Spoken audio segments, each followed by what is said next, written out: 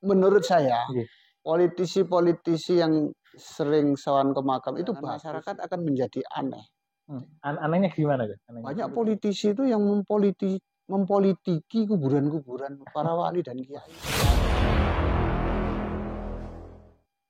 Assalamualaikum warahmatullahi wabarakatuh. Sahabat-sahabat Obras, sahabat cerdas spiritual.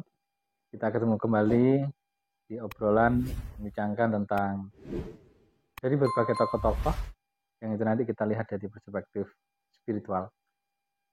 Pada kali ini kita kembali lagi ngobrol dengan tokoh nasional yang sudah tidak asing untuk kita semua, yang sebelumnya juga sudah kita bincangkan banyak hal tentang politik, dan yang menarik adalah di Senayan atau di DPD RI pada waktu itu di tahun 2014 sampai 2019, atau bisa jadi hari ini juga masih ada tipologi-tipologi yang ada di situ. Ada 3 hal tipologi menurut beliau pada waktu itu adalah ada tipologi penikmat, ada tipologi yang tidak tentu arahnya, dan yang ketiga ini yang penting adalah tipologi pejuang. Nah, ini akan kita coba kita bincangkan dan kita lihat dari sisi spiritualnya. Sahabat podcast, kita sapa bersama beliau sahabat Abdul Qadir Amir Hartono. Assalamualaikum, Gus. Waalaikumsalam warahmatullahi wabarakatuh. Ketemu kembali di Obras, Iya. obrolan cerdas spiritual. Alhamdulillah. Melanjutkan dulu yang tidak selesai, yang membicarakan tentang politik. Karena panjenengan lama sekali berkecimpung di politik dan saya kira sangat penting untuk kami kulas kembali seperti apa sebenarnya tipologi politisi yang ada di Senayan itu. Iya. Jadi menurut pengalaman saya pada saat itu, jadi ada 3 tipologi anggota ya. Yeah. Yang pertama itu ada penikmat, ya menikmati saja, karena dia nggak tahu apa yang harus dia kerjakan. Yang penting dapat gaji, ya, nikmati gitu. Terus yang berikutnya adalah tipologi yang nggak tentu arah ya. Kalau bahasa kerennya itu bisa swing ya. Bisa ke kanan, bisa ke kiri, bisa ke depan, ke belakang. Gitu. Mana yang menguntungkan ya. Ya, kalau bahasanya mentor saya itu digoyang tapi menikmati. Nah, itu. Ini menarik sahabat. Ada rupa tipologi yang digoyang tapi menikmati. Ini seperti apa itu? Nanti kita bicarakan lebih dalam. Yang ketiga? Yang ketiga tipologi pejuang. Oke. Jadi yang betul-betul memperjuangkan nasib atau mengadvokasi kepentingan-kepentingan warga yang dia wakili dari daerahnya masing-masing. Karena kita ini kan representasi dari provinsi masing-masing ya. Ada 33 pada saat itu. Kalau sekarang sudah tambah kayaknya, tambah Kaltara ya di periode sekarang. Terus tidak tahu ini ke depan mau tambah lagi, ada pemekaran lagi kan ke depannya ini. Jadi kalau untuk tipologi yang mana dulu nih yang mau kita dari yang pertama dulu, Gus. Ini kan tipologi penikmat ini saya kira berbahaya ini. Dipilih oleh rakyat menjadi wakil rakyat, tapi hanya menikmati apa yang ada di sana, fasilitas-fasilitasnya. Ini seperti apa tipologi orang-orang di DPD RI itu yang seperti itu? Jadi menurut pengamatan saya pada saat itu, jadi kan ada yang jadi itu karena dia tidak tahu harus ngapain setelah jadi. Oke. Ya kan? Tapi celakanya nggak mau belajar. Nah itu. Tapi bagi yang masih mau belajar lumayan lah ya. Jadi dapat ilmu, pengalaman, dan mungkin dia juga bisa sambil mengimplementasikan apa yang dia pelajari itu. Jadi bagi yang penikmat murni ini yang nggak tentu, sama sih hampir mirip-mirip dengan yang nggak tentu arah tadi, yang swing tadi itu. Karena kelemahannya karena nggak mau belajar aja. Nggak mau belajar juga nggak mau berusaha untuk mencari tahu apa yang harus dia kerjakan sebagai fungsinya. Ya akhirnya itu tadi akibatnya adalah digoyang tapi menikmati. Oke. Ketika dipengaruhi oleh kepentingan A, ikut. Ada lagi yang sudah di kepentingan A, lalu ada iming-iming dari B, akhirnya goyang juga. Itu yang saya maksud dengan digoyang tapi menikmati. Oke. Karena mendapatkan kenikmatan itu. Iya, ada angin segar atau angin surga gitu ya. Padahal kan ya di politik itu kan per detik itu berubah ya. Iya. Per detik berubah. Tapi pada prinsipnya politik itu adalah cara atau teknik untuk direct and guiding menuju pada satu tujuan utama, yaitu cita hukum tadi. Cita hukum bangsa. Apa yang menjadi tujuan adanya lembaga namanya DPD, DPR, MPR, pemerintah dan sebagainya. Itu kan sebenarnya itu kan adalah alat ya, alat negara atau perangkat piranti negara untuk menuju menggapai apa yang menjadi cita-cita mulia kemerdekaannya. Artinya dari satu lembaga dengan lembaga yang lain harusnya saling memperkuat. Persis. Memperkuat. Ya, jadi artinya harus saling memperkuat, saling bersinergi dan mengelaborasi semuanya sehingga menggapai satu tujuan itu. Ya, visi, misi, tujuan itu kan harus ada. Ya. Tapi persoalannya adalah lagi-lagi bagi yang tidak mau belajar, dia tidak tahu apa yang harus dia kerjakan. Akhirnya yang ngikut. Tahu-tahu habis. Tahu-tahu loh, sudah habis masa periodenya. Masa periodenya sudah habis. Nah, dengan yang tipe pejuang tadi itu gimana? Yang membedakan titik poin pembedanya. Ya. Jadi yang tipe pejuang itu ya seperti yang kita katakan terdahulu bahwa nggak banyak, tapi juga nggak sedikit gitu. Iya. Itu orang-orang yang memang betul-betul tahu apa yang harus dia kerjakan, apa yang dia lakukan. Tapi kadang-kadang juga menjadi bingung karena yang lainnya tidak mensupport. Oke. Ya kan? Iya. Lah ya untungnya di DPD itu supporting sistemnya yang bagus. Jadi supporting sistemnya itu di kesekjenan, tenaga ahli dan keahliannya itu memang sudah profesional semuanya, sehingga fungsi-fungsi daripada kelembagaan itu bisa berjalan dengan baik. By system. Berjalan dengan baik, dan akhirnya bagi orang yang mau belajar dan mempelajari, di situ akan dapat ilmu banyak, satu. Yang kedua, dia juga akan bisa bekerja sesuai dengan fungsinya. Dan yang berikutnya adalah tergantung dia mau memperjuangkan itu atau tidak. Kembali lagi ke situ. Nah, ketika memperjuangkan sesuatu yang ideal, kebutuhan masyarakat umum misalkan gitu, itu pasti ada gesekan-gesekan. Ya. Ada gesekan, ada yang tidak suka dan semacamnya. Bagaimana untuk mengatasi seperti itu?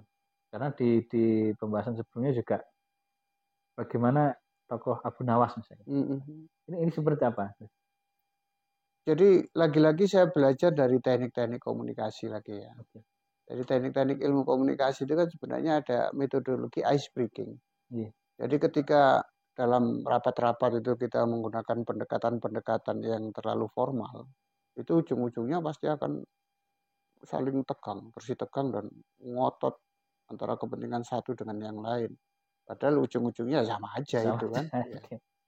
Sebenarnya tinggal bagaimana cara kita mengkomunikasikan sebuah pendapat, bagaimana kita bisa memahami pendapat dari semua anggota itu sehingga dirangkum menjadi satu kepentingan bersama.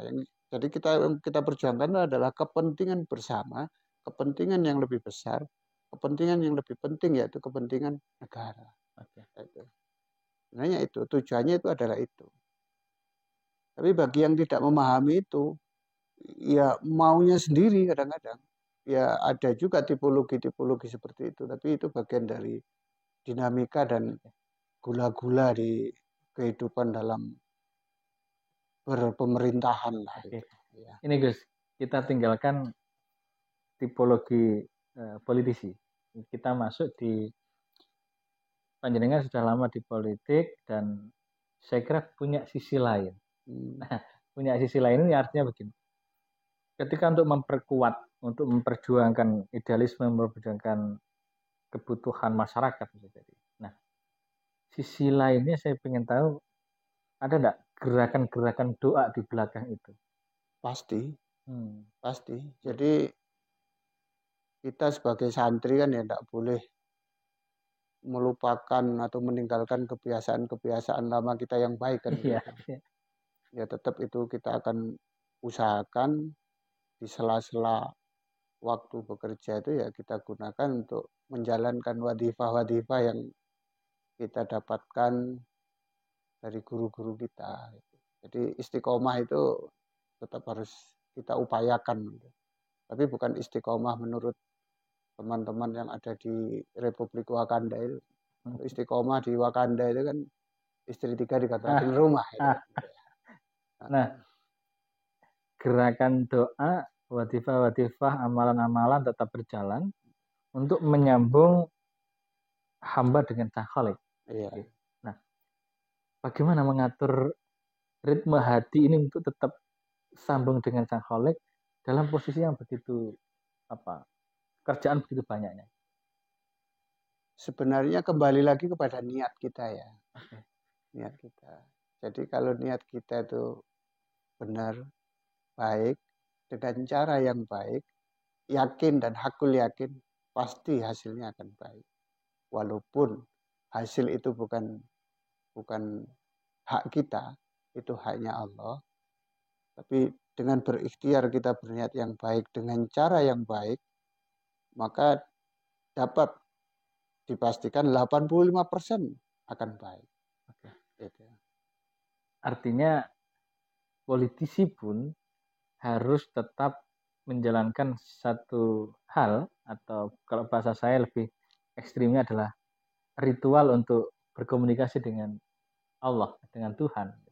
Karena kepemimpinan atau pemimpin itu bisa dikatakan wakil daripada jawantahan Tuhan untuk bagaimana mengatur bumi ini. Nah, ini perasaan atau rasa atau cara berpikir seperti ini, apakah semua politisi bisa jadi seperti itu atau seperti apa? Dari pengamatan Gus Anton. Wallahu a'lam ya, tapi yang selama yang saya tahu sih ada. Okay. Ada. Jadi wadifah-wadifah atau kegiatan-kegiatan yang berhubungan dengan keagamaan itu mereka lakukan dengan cara masing-masing di tempat masing-masing, tapi tidak di tempat bekerja itu tidak. Itu kalau saya melihat begitu, saya mengamati itu. Tapi ya lagi-lagi nggak banyak, tapi juga tidak sedikit. Iya. Biasanya kan ada politisi yang sowan-sowan ke makam, itu kan juga ada Gus. Biasanya politisi itu. Menurut saya, politisi-politisi yang sering sowan ke makam itu bagus ya. Kalau memang niatnya untuk ya ziarah, mendoakan, ya kan. Terus kemudian mengharap berkah dari makam-makam para aulia atau para ulama atau guru-gurunya, itu bagus. Tapi kalau terus-terusan begitu, nanti kan pandangan masyarakat akan menjadi aneh. Anehnya gimana Gus? Anehnya. Begini, coba ya. Mari kita lihat. Ketika sudah mau deket-deket tahun politik, mau pencalonan, makam-makam para wali-wali yang keramat itu mesti banyak dikunjungi para politisi-politisi. Iya kan? Ini kenyataan ya yang sering kita lihat ya. Walaupun kita juga pernah jadi sarkup ya. Sarkup itu sarjana kuburan, sahabat Obras ya. Jadi, lu kenapa sih harus minta ke situ? Kenapa sih harus mempolitiki orang yang sudah meninggal? Padahal beliau itu butuhnya didoakan. Dan beliau yang sudah meninggal itu tidak mungkin akan memberikan kepada kita. Yang bisa memberikan kepada kita apa yang kita mau itu hanya Allah. Walaupun maunya kita A, nanti Allah kasihnya B, terserah Allah kan begitu. Jadi untuk memaksakan kehendaknya supaya maunya itu dituruti, Itu mesti banyak politisi itu yang mempolitiki kuburan-kuburan para wali dan kiai. Ini menarik nih. Ya kan kasihan Oke. itu mereka. Ini sahabat, ini ada hal yang menarik menurut saya, mempolitiki arwah-arwah atau kuburan-kuburan para wali yang sudah wafat. Ini saya kira perlu ada penjelasan ini. Lah, logikanya sederhana saja. Oke lah, bahwa sesungguhnya kekasih Allah itu tidak mati, kan begitu ya. Oke. Ada dalil yang mengatakan begitu. Lalu apakah para arwahnya wali-wali itu bisa memberikan kepada kita sesuatu yang kita minta selain Allah? Kan tidak mungkin, Tidak mungkin. ya. Logika saja begitu. Lah, oke lah, politisi ya politisi, tapi jangan sampai terus kuburan-kuburan pun diajak berpolitik begitu. Ya banyak dieksploitasi untuk kepentingan-kepentingan begitu, itu kok kayak gimana gitu loh menurut saya. Terus yang kedua adalah kalau saya lihat fenomenanya, banyak bermunculan ahli-ahli politik baru yang biasanya belum pernah keluar, atau muncul, ya kan? Entah itu di media, entah itu terus sowan kepada calon yang akan mencalonkan diri. Oh, saya punya masa sekian. Saya punya orang pinter begini-begini. Lalu politisi itu orang pinter semua kok. Ada calo-calo Iya, profesional gitu. Ya itu terserah yang menafsirkan ya. Tiba-tiba bermunculan ahli-ahli politik baru yang tidak tahu mungkin kuliahnya di Jerman atau di mana. Atau ngaji filsafat ke Plato atau Aristoteles sehingga lah kok celakanya lagi politisi yang mau nyalon kok percaya gitu. Oke. Nah ini kan terjadi fenomena-fenomena seperti yang ada di YouTube itu kan.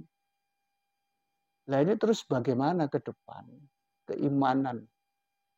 keimanan kita sebagai ya umat Islam, orang yang beragama. Ketika lalu digeser oleh kepentingan-kepentingan duniawi yang terus akhirnya justru akan membelokkan kita tidak lagi menyembah kepada Allah tapi ya menyembah kepada kekuasaan lah, boleh dikata begitu ya.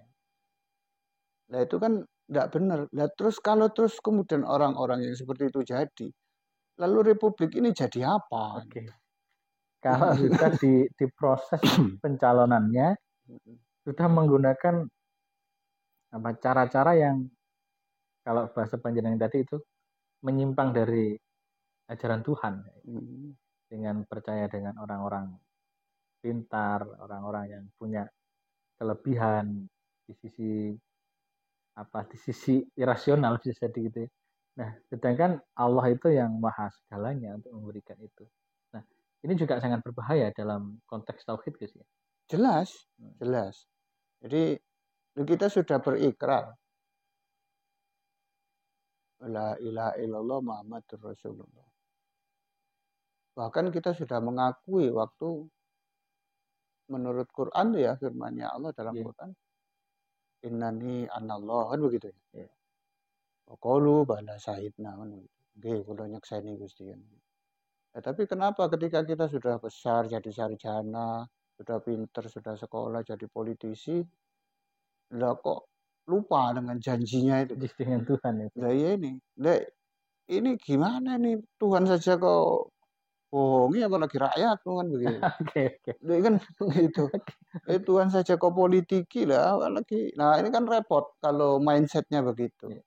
Jadi intinya saya sepakat bahwa apa yang Allah takdirkan kepada kita itu bahwa Allah sudah memandang bahwa kita itu mampu dan memang sudah bagiannya dan layak untuk mendapatkan amanah dari Tuhan. Betul.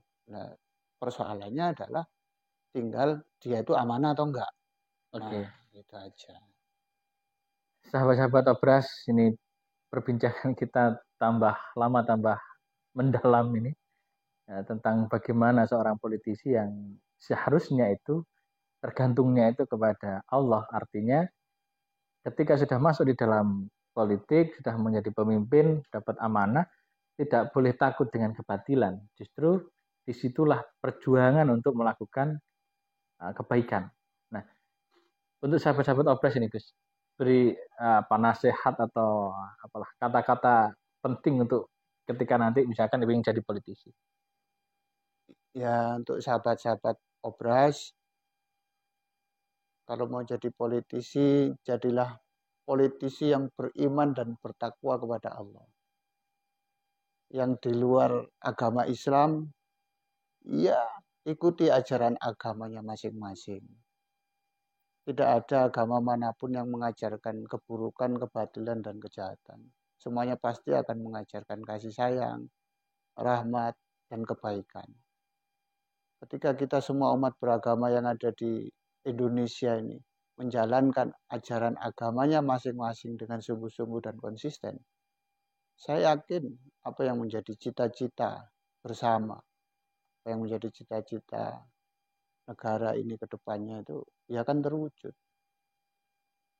Tapi kalau kita melupakan Tuhan kita sudah tidak konsisten dan tidak mau istilahnya itu tidak mau berada di relnya, ya maka tunggu saja saatnya.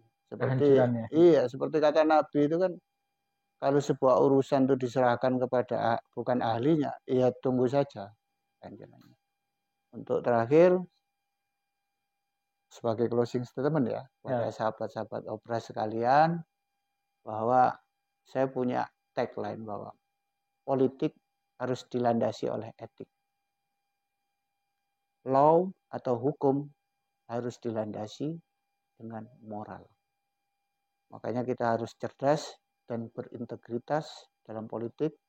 Pilihlah calon-calon atau wakil-wakilmu yang cerdas dan berintegritas. Mungkin itu. Terima kasih Gus Anton sudah bergabung yang kedua kalinya. Siap, di obrolan cerdas spiritual, dan dimohon tidak kapok. Bila ada waktu dalam kesibukannya, kami minta nanti bisa mampir lagi di obrolan cerdas spiritual. Insya Allah, siap. Sahabat-sahabat obrolan cerdas spiritual yang kami banggakan, banyak hal yang kita bicarakan di pertemuan kali ini. Ada beberapa hal yang perlu saya sampaikan. Yang pertama adalah silakan berpolitik, tapi pilih berpolitik yang sebagai pejuang. Itu adalah memperjuangkan nasib rakyat, memperjuangkan bagaimana rakyat nanti bisa sejahtera, dan memberikan terbaik kepada masyarakat. Yang kedua, dalam berpolitik, saya kira tetap semuanya digantungkan kepada Allah, agar apa yang kita lakukan itu betul-betul menjadi wasilah kita nanti ketika sudah kembali kepada Allah dan ditempatkan di surganya Allah Subhanahu wa taala. Yang ketiga, berpolitik harus berintegritas. Sahabat-sahabat Obras, obrolan cerdas spiritual, ikuti terus podcast kita dan jangan lupa subscribe, like, dan komen. Kurang mohon maaf. Akhirul kalam, wallahul muwaffiq ila aqwamit thoriq. Assalamualaikum warahmatullahi wabarakatuh. Waalaikumsalam.